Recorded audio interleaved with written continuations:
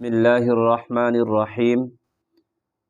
حضرت جابر رضی اللہ تعالیٰ عنہ راوی ہیں، فرماتے ہیں کہ رسول اللہ صلی اللہ علیہ وسلم نے ارشاد فرمایا، من کان لہ امام فقراءۃ الامام لہ قراءۃ، جس شخص کا امام ہو تو امام کی قراءت اس شخص کی قراءت ہے۔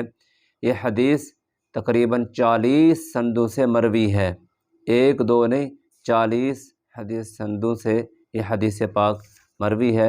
ابھی تفصیل کا وقت نہیں کہ میں ان سب کو ذکر کروں۔ حضرت ابن عباس رضی اللہ تعالیٰ عنہ کی طویل حدیث ہے، اس کا خلاصہ یہ ہے، حضور پاک صلی اللہ علیہ وسلم کی مرض وفات میں حضرت ابوبکر صدیق رضی اللہ تعالیٰ عنہ جب نماز پڑھا رہے تھے، نماز کے درمیان آپ صلی اللہ علیہ وسلم 2 آدمیوں کے سہارے مسجد میں تشریف لائے اور امام بنے۔ حضرت ابوبکر صدیق رضی اللہ تعالیٰ عنہ مکبر بنے۔ آگے حدیث پاک کے الفاظ ہیں، وَأَخَذَ رسول اللہ صلی اللہ علیہ وسلم من القراءة من حیث کان بلغ ابو بکر، رسول اللہ صلی اللہ علیہ وسلم نے وہاں سے قراءت شروع کی جہاں تک ابو بکر پہنچ چکے تھے۔ ابن ماجہ کے اندر یہ حدیث پاک ہے۔ اسی طرح مسند احمد میں فقرأ من المکان الذی بالغ ابو بکر من السورہ، حضور پاک صلی اللہ علیہ وسلم نے سورت کے اس حصے سے قراءت شروع کی جہاں تک ابو بکر پہنچ چکے تھے۔ اسی طرح اور بھی حدیث پاک ہیں۔ تو حضور پاک صلی اللہ علیہ وسلم کی مبارک زندگی کے اس آخری عمل ہے، یہ آخری عمل ہے، اور پوری ذخیرہ حدیث میں اس رکعت کے اعادہ کا کوئی ذکر نہیں ہے، اور حضور پاک صلی اللہ علیہ وسلم نے یہ رکعت قراءت فاتحہ کے بغیر ادا کی ہے۔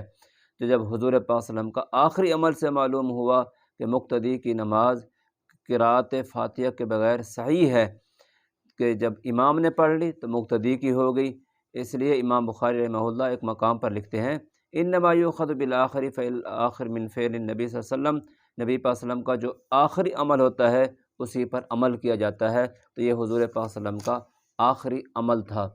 اسی طرح حضرت جابر رضی اللہ تعالیٰ عنہ فرماتے ہیں، جس شخص نے من صلی رکعۃ لم یقرأ فیہا بأم القرآن فلم یصلی الا وراء الامام، جس شخص نے ایک رکعت پڑھی اور اس میں سورہ فاتحہ نہیں پڑھی تو اس نے نماز نہیں پڑھی مگر امام کے پیچھے، یعنی امام کے پیچھے جب ہے تو اس وقت بغیر فاتحہ کے اس کی نماز ہو جاتی ہے، کیوں؟ اس لیے تو وہاں اس نے پڑھنی ہی نہیں ہوتی۔